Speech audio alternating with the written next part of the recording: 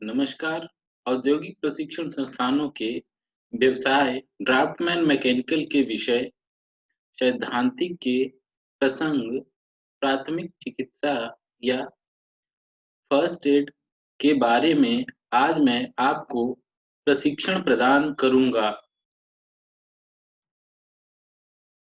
तो आइए साथियों, देखते हैं कि प्राथमिक चिकित्सा की परिभाषा क्या होती है, यानी कि फर्स्ट एड का हम डेफिनेशन जानेंगे।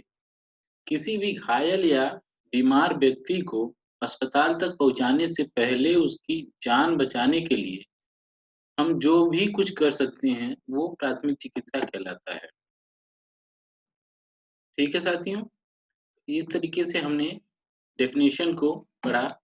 डेफिनेशन के अनुसार बोला जा रहा है कि किसी भी घायल या बीमार व्यक्ति को अस्पताल तक पहुंचाने से पहले उसकी जान बचाना के लिए जो कुछ भी हम कर सकते हैं, वो प्राथमिक चिकित्सा के अंतर्गत आता है। ठीक है। अब उस आपातकाल में पड़े हुए व्यक्ति की जान बचाने के लिए हम आस-पास की किसी भी प्रकार की वस्तु का प्रयोग कर सकते हैं, जिससे कि अस्पताल ले जाते समय जल्दी से जल्दी उसको आराम मिल सके। इमरजेंसी के समय क्या करना चाहिए, उससे ज़्यादा यह महत्वपूर्ण होता है जानना कि हमें इमरजेंसी के समय क्या नहीं करना चाहिए। ये ज़्यादा इम्पोर्टेंट होता है, क्योंकि आपकी एक गलती से उस व्यक्ति विशेष की जो बीमार है या फिर जिसको अ, आपातकाल स्थिति में जो है, उसको आपको ये नहीं क्लियर है कि क्या नहीं करना चाहिए, तो आप उसके साथ कुछ गलत भी कर सकते हैं, जिससे वो मतलब कि उसको फ़ायदा पहुँचाने की अपेक्षा कहीं उसको नुकसान हो सकता है। इसलिए ये जानना हमें बहुत आवश्यक है कि हमें क्या नहीं करना चाहिए। ये तो परिभाषा हो गई। अब आगे हम देखते हैं कि प्राथमिक चिकित्सा करने के उद्देश्य क्या हैं? आखिर हम प्राथमिक चिकित्सा क्यों करते हैं? क्या हमारा उद्देश्य होता है? तो सबसे पहले पहला उद्देश्य ये होता है कि जो हमारा घायल व्यक्ति है, उसका जान बच जाए किसी भी तरीके से। ये हमें हमारा पहला मोटिव होता है, जब हम प्राथमिक चिकित्सा कर रहे होते हैं। और दूसरा मोटिव होता है हमारा कि जो उसकी बिगड़ी हालत है, जो उसकी तबीयत खराब है बिल्कुल, उस हालत से हम उसको कैसे और कितनी जल्दी उसको बाहर निकाल सकते हैं। और तीसरा उद्देश्य होता है कि उसका तबीयत जो है, उसमें सुधार कितना जल्दी ला सकते हैं, कितना ज़्यादा बढ़ावा दे सकते हैं। अब तीसरी चीज़ है प्राथमिक चिकित्सा के सिद्धांत। अगर हम इस कंडीशन में हमें कोई व्यक्ति मिलता है, जिसकी हमें प्राथमिक चिकित्सा करने की आवश्यकता पड़ती है, इंडस्ट्री में या फिर जहाँ हम जॉब कर रहे हैं, वहाँ पर, तो प्राथमिक चिकित्सा के 6 स्टेप्स होते हैं। ये एक सिद्धांत होता है कि हमें पहले क्या करना चाहिए, फिर उसके बाद क्या करना चाहिए। तो पहला जो प्रिंसिपल वो ये कहता है कि साँस की जाँच करें और एबीसी के नियम का पालन करें। अब ये एबीसी का नियम क्या होता है, इसको हम आगे चल के क्लियर करेंगे। लेकिन पहला जो स्टेप है, वो यही कहता है कि आप जो व्यक्ति बीमार है, यानी कि जो बेहोश की हालत में है, बेहोशी हालत में है, और तो उस कंडीशन में पहले उसकी हम साँस की जाँच करेंगे और फिर एबीसी का जो नियम होता है, वो फ़ॉलो करेंगे। और दूसरा स्टेप ये कहता है कि अगर चोट लगी है और रक्त बह रहा है, मतलब खून बह रहा है, तो जल्द से जल्द उसके रक्तस्राव को रोकें। यानी कि रक्तस्राव को रोकने का मतलब कि उसके जो खून का श्रवण हो रहा है, तेज़ी से वो बह रहा है, उसको कैसे हम रोक सकते हैं, वो उपाय करना चाहिए। और तीसरा स्टेप ये होता है कि जो घायल व्यक्ति है, अगर उसको सदमा लगा हुआ है किसी चीज़ का, तो उसको समझाएँ और उसको सांत्वना दें कि बहुत बुरा नहीं हुआ है, ऐसा कुछ नहीं हुआ है, सब सही हो जाएगा। इस तरीके से उसको हम ट्रीट कर सकते हैं। और चौथा सिद्धांत ये कहता है कि अगर व्यक्ति बेहोश हो, तो होश में लाने की कोशिश करना चाहिए। ठीक है? और 5वां जो सिद्धांत है, वो ये कहता है कि अगर कहीं हड्डी उसकी टूट गई है व्यक्ति की, जिसकी हम प्राथमिक चिकित्सा करने वाले हैं, अगर उसकी कोई हड्डी टूट गई है, तो सीधा करें और दर्द कम करने की कोशिश करें। अगर आपसे जितनी पॉसिबल हो सके, उसका दर्द कम करने की कोशिश करें। और छठवां और अंतिम जो सिद्धांत है प्राथमिक चिकित्सा का, वो ये कहता है कि जितना जल्दी हो सके, घायल व्यक्ति को किसी नज़दीकी अस्पताल में या चिकित्सालय में पहुँचाने की कोशिश करनी चाहिए हमें, ठीक है? अब हम आगे देखेंगे कि जो अभी हमने पढ़ा था जो प्राथमिक चिकित्सा के सिद्धांत थे कि उसमें एबीसी का फ़ॉलो करना चाहिए, तो एबीसी क्या होता है? अब हम इसके बारे में आपको बताएँगे।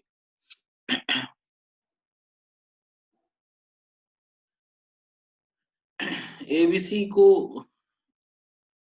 जो 3 वर्ड लिए गए हैं एबीसी, तो तीनों वर्ड अलग-अलग हैं। ए का कुछ अपना अर्थ है, बी का कुछ अपना अर्थ है और सी का कुछ अपना अर्थ है। तो यहाँ पे हम इसको जानेंगे क्या होता है।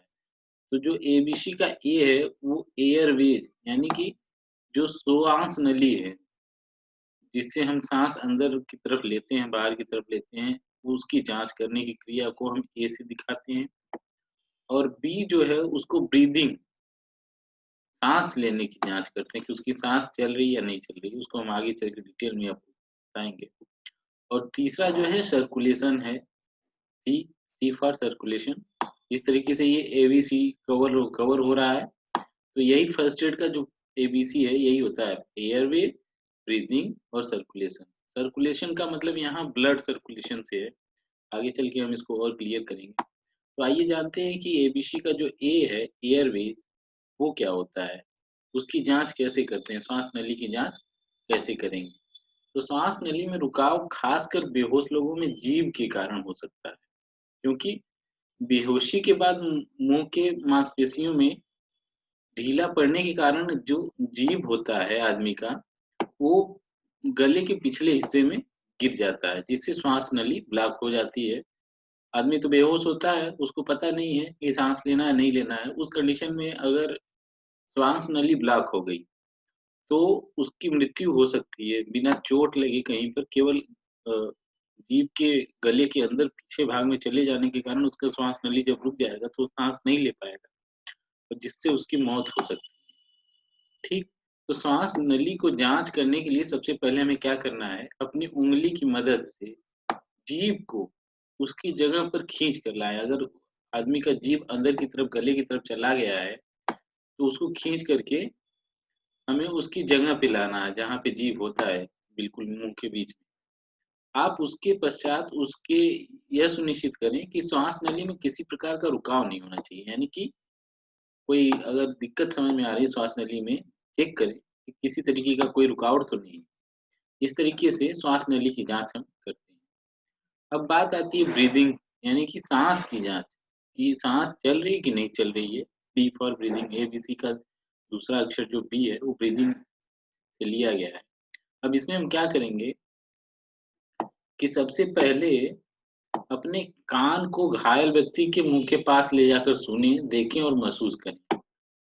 अगर जब हम अपना कान व्यक्ति के मुँह के पास ले जाएँगे, तो अगर उसकी साँस चलेगी, तो हमें पता चल जाएगा। इस तरीके से देखें, उसको महसूस करें और फिर देखिए कि छाती को ध्यान से देखें। छाती फूल रही है, चक रही है, तो उसका साँस चल रहा है। इस तरीके से हम छाती चेक करके भी उसकी ब्रीथिंग की यानी साँस की जाँच कर सकते हैं। ऊपर-नीचे हो रहा है या नहीं हो रहा है, ये छाती से हमें पता चलेगा। अगर वह साँस नहीं ले रहा हो, तो उसे उसी समय माउथ टू माउथ यानी मुँह से मुँह, अपने मुँह से साँस ले करके उसके मुँह में देना है। जैसा कि इस फिगर में दिखाया गया है कि ये बेहोश व्यक्ति है और ये जो फर्स्ट एड करने के लिए आदमी आया हुआ है, वो अपने मुँह से साँस उसकी सप्लाई कर रहा है, उसके मुँह में साँस सप्लाई कर रहा है, ठीक है? तो जिसमें घायल व्यक्ति को पीठ के बल जो है सीधे लिटा करके उसके मुँह को खोल करके अपने मुँह से उसके मुँह में हवा भरी जाती है, जैसा कि इसमें चित्र में दिखाया गया है। तो ये इस तरीके से फर्स्ट एड का जो हमारा सिद्धांत था एबीसी जाँच करने का, बी हमारा कवर हो जाता है। अब बात करते हैं सी की, तो सी जो है सी फॉर सर्कुलेशन दिखाया गया है जैसा कि यहाँ देख रहे हैं, सी फॉर सर्कुलेशन। तो यहाँ सर्कुलेशन का मतलब है ब्लड सर्कुलेशन के लिए, इसीलिए हिंदी में लिखा गया है रक्त संचार की जाँच करना। एबीसी जाँच में सी जो जाँच है वो हम आदमी के अंदर जो ब्लड का सर्कुलेशन है, जो उसके अंदर खून बह रहा है, अंदर जो शरीर जिससे संचालित होता है, वो किस तरीके से चल रहा है या नहीं चल रहा है उसकी जाँच करेंगे। तो इसमें हम क्या करते हैं, अब बारी आती है जब रक्त संचार की जाँच करने की, तो सबसे पहले क्या करेंगे, घायल व्यक्ति की नाड़ी की जाँच करेंगे। नाड़ी मतलब हाथ में नाड़ी होती है, उसको जाँच करेंगे। एक और कैरोटिड आर्टरी होती है, यह जाँच करने के लिए ये जो नाड़ी है, ये सबसे बेस्ट होती है ब्लड सर्कुलेशन की, कैरोटिड आर्टरी बोलते हैं इसको। तो इसको ढूँढें पहले, ये ढूँढने के लिए कहाँ पर होता है ये आर्टरी, हम आपको बता रहे हैं। गर्दन के कोने में, जहाँ पे ये हाथ दिखाया है लगा हुआ, जस्ट यहीं पे, गर्दन के कोने में, कान के जस्ट नीचे, कान के नीचे जो है होता है, अपनी उँगली को वहाँ रख कर के जाँच कर सकते हैं। जैसा कि इस फिगर में ये जाँच कर रहा है व्यक्ति, ठीक? पल्स की जाँच करने के लिए, यानी पल्स मतलब खून अगर जब हमारे शरीर में दौड़ रहा होता है, तो उस कंडीशन में क्या होता है, हमारी पल्स ध्वनियाँ जो होती हैं वो चल रही होती हैं। तो उस कंडीशन में क्या है, ये हम पल्स की जाँच 10 से 5 सेकंड में कर सकते हैं, इतना ही सेकंड लगेगा। अब अगर उस व्यक्ति की दिल की धड़कन चल रही है तो mouth to mouth respiration, mouth to mouth respiration का क्या मतलब था हमारा, कि मुँह से मुँह में साँस देने की क्रिया चालू रखेंगे, और अगर बाई चांस अगर दिल की धड़कन जो है वो नहीं चल रही है, नहीं चल रही है, तो उस कंडीशन में क्या होगा, तो बिना किसी देरी के सीपीआर चालू करेंगे। सीपीआर का मतलब होता है कार्डियोपल्मोनरी रिसससाइटेशन। ये एक तरीके से होता है कि हम न किसी मशीन से, बल्कि आदमी ही एक तरीके से आर्टिफिशियल साँस सप्लाई करने की क्रिया होती है सीपीआर, जैसा कि इस फिगर में दिखाया जा रहा है। इसमें क्या करते हैं, जो व्यक्ति बेहोश हुआ होता है, जिसकी साँस दिल की धड़कन रुक चुकी होती है, चल नहीं रही होती है, उसको पीठ के बल ऐसे सीधे लिटा करके उसके दोनों हाथों को उसके सीने पे रख करके अपने हाथों से बार-बार दबाते हैं, और उसके साथ-साथ ये जो माउथ टू माउथ यानी कि मुँह से मुँह को साँस देने की प्रक्रिया है, उसको भी चालू रखेंगे। यानी कि अगर धड़कन नहीं चल रही है तो माउथ टू माउथ जो रेस्पिरेशन है, वो भी चालू रखेंगे और उसके साथ-साथ में अपना सीपीआर वाला प्रोसेस भी करते रहेंगे। अब हम आगे देखेंगे जो हमारी प्राथमिक चिकित्सा की पेटी होती है, जिसको फर्स्ट एड किट बोलते हैं। उसमें उसके बारे में जानते हैं कि उसमें क्या-क्या सामान होता है। तो पहला जो है, श्वास नली की जाँच और साँस से जुड़ी और रक्त संचार की जाँच के लिए प्राथमिक चिकित्सा पेटी सामग्री।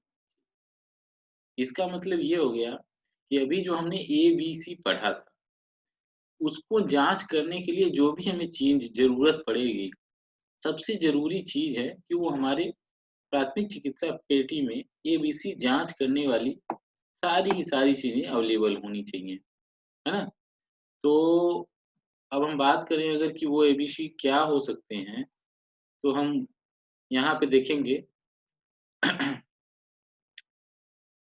उसके लिए ज़रूरत क्या है? मुँह के लिए मास्क होना चाहिए, और चेहरे के लिए फेस शील्ड होना चाहिए हमारे पास, और व्यक्ति की रक्त दाब यानी कि उसके खून में दबाव जो है वो है पर्याप्त है कि नहीं, उसको जाँच करने के लिए स्फिग्मोमेमोमीटर होता है। इस स्फिग्मोमेनोमीटर होता है। ये दबाव चेक करता है खून का, ये होना चाहिए।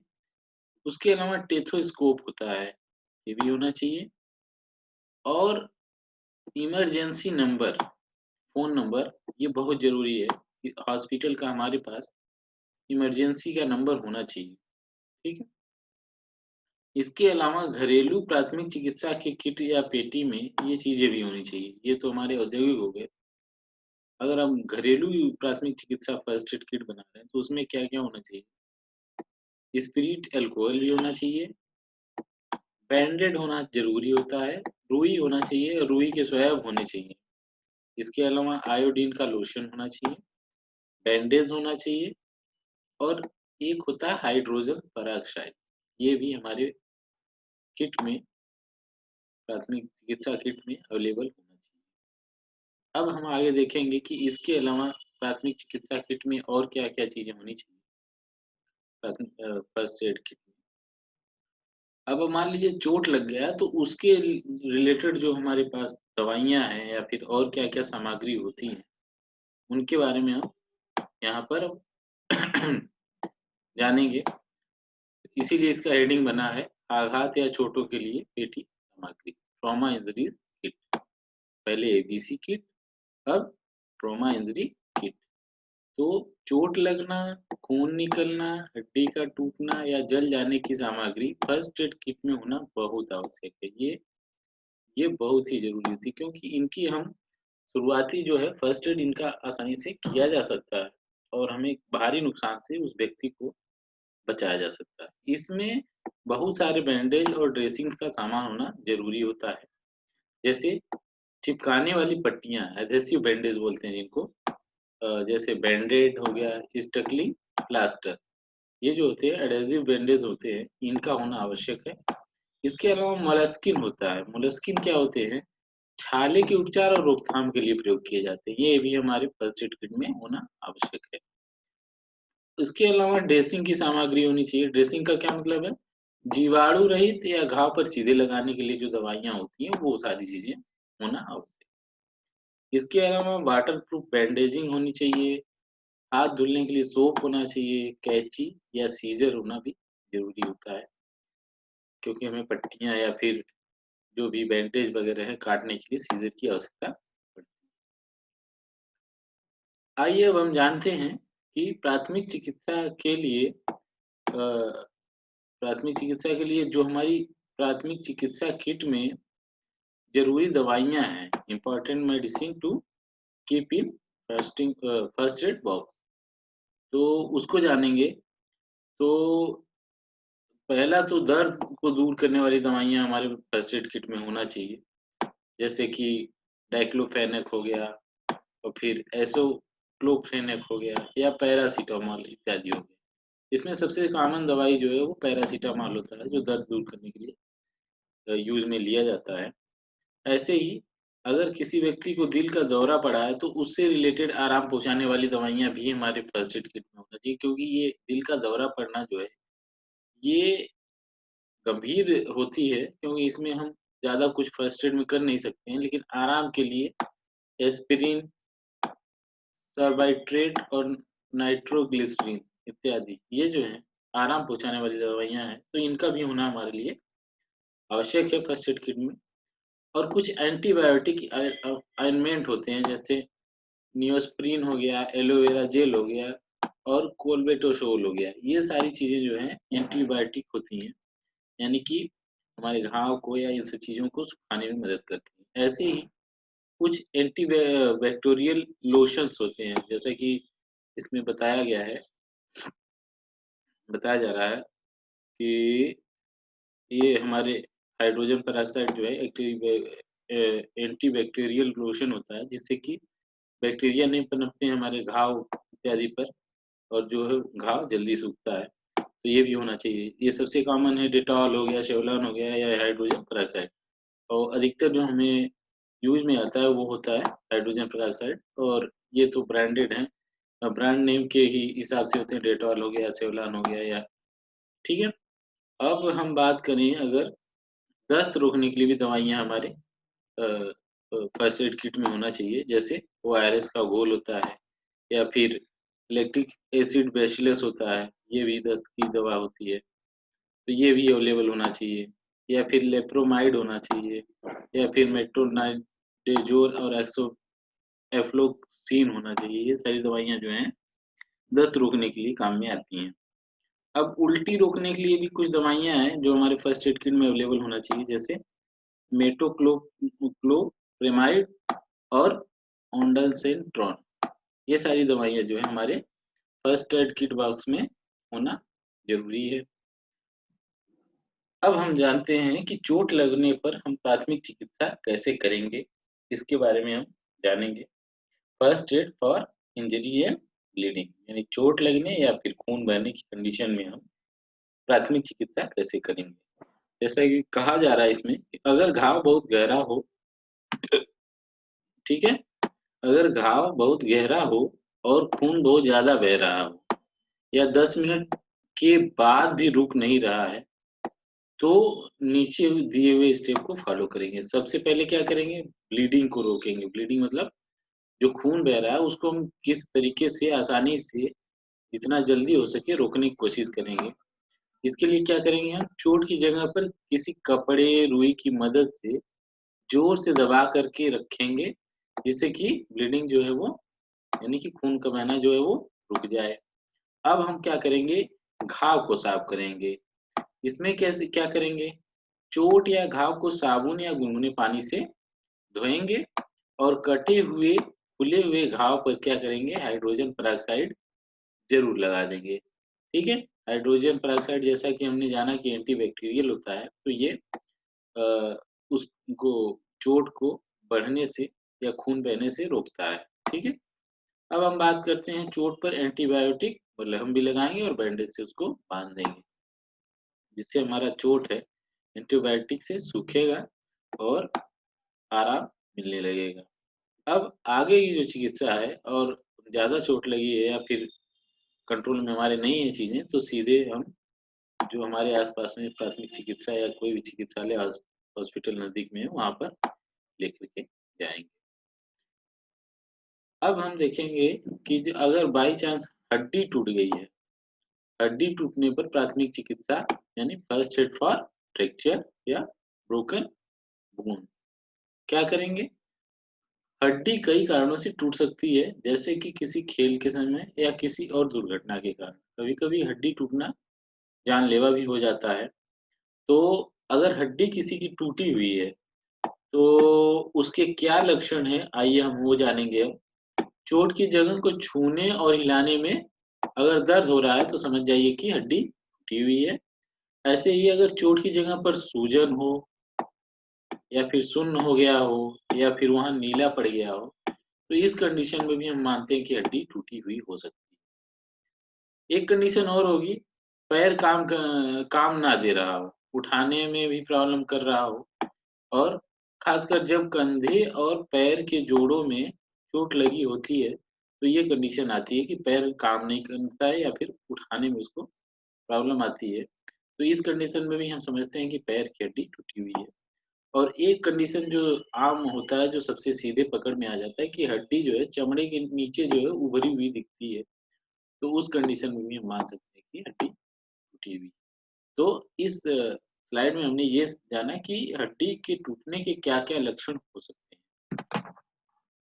अब हम हड्डी टूटने का लक्षण जब हमें पता चल गया, तो उस कंडीशन में हम उसको प्राथमिक चिकित्सा क्या देंगे, वो जानेंगे। हड्डी टूटने की प्राथमिक चिकित्सा के स्टेप्स जो हैं, सबसे पहले आदमी बेहोश है, तो उस कंडीशन में एबीसी जो रूल हमने अभी पढ़ा था, उसको फॉलो करेंगे। और फिर अगर कहीं खून निकल रहा है, तो पहले ब्लीडिंग को बंद करने की कोशिश करेंगे। ठीक है? दूसरा स्टेप फॉलो हो गया।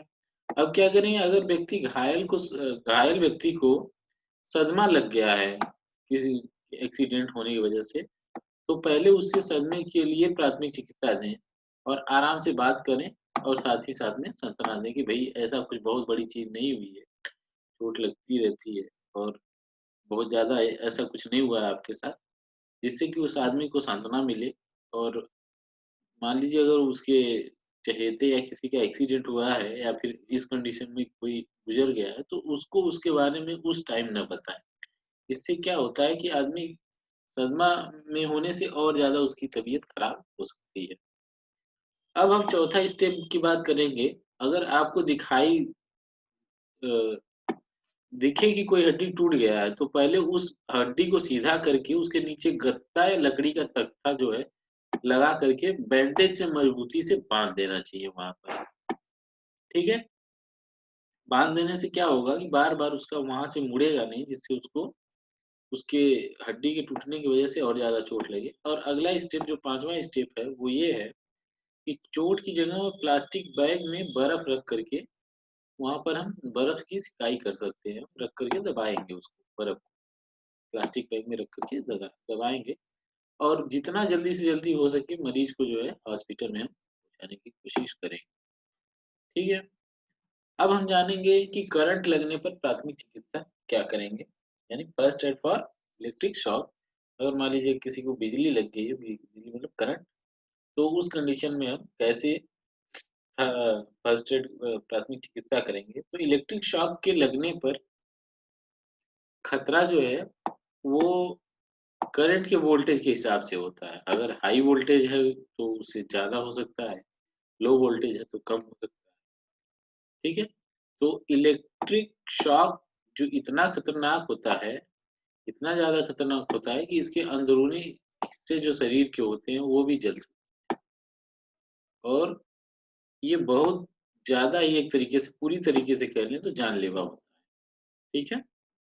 अब हम जानेंगे कि इलेक्ट्रिक शॉक अगर किसी को लगा हुआ है, तो इसको पहचान करने के लक्षण क्या हैं? हम कैसे पहचानेंगे कि व्यक्ति को आपातकालीन स्थिति में जो व्यक्ति है, उसको इलेक्ट्रिक शॉक ही लगा है, करंट ही लगा है या कि कोई और बात है?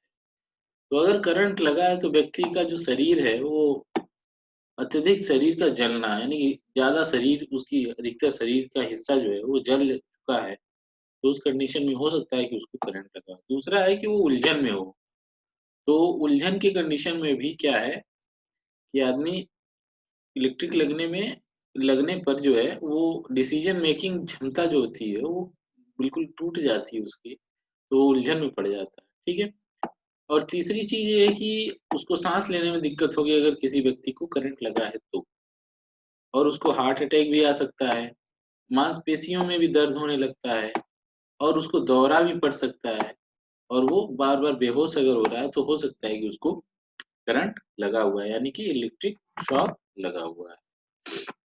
अब हम जानेंगे कि अगर इलेक्ट्रिक शॉक लग गया है, तो उसको ठीक करने के, यानी कि फर्स्ट एड, जो प्राथमिक चिकित्सा के जो स्टेप हैं, वो क्या हो सकते हैं? सबसे पहले हम क्या करेंगे, बिजली के स्रोत को बंद करेंगे।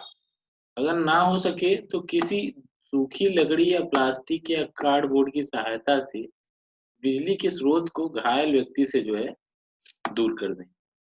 अब तीसरी चीज़ आती है, इतना करने के बाद आदमी अगर बेहोश है, तो तुरंत हम एबीसी रूल को फॉलो करेंगे, और चोट लगे हुए स्थान पर बैंडेज लगाएँगे और जले हुए स्थानों को साफ कपड़े से ढक देंगे, और जल्दी से मरीज को किसी नज़दीकी अस्पताल में पहुँचाने की कोशिश करेंगे, ठीक है?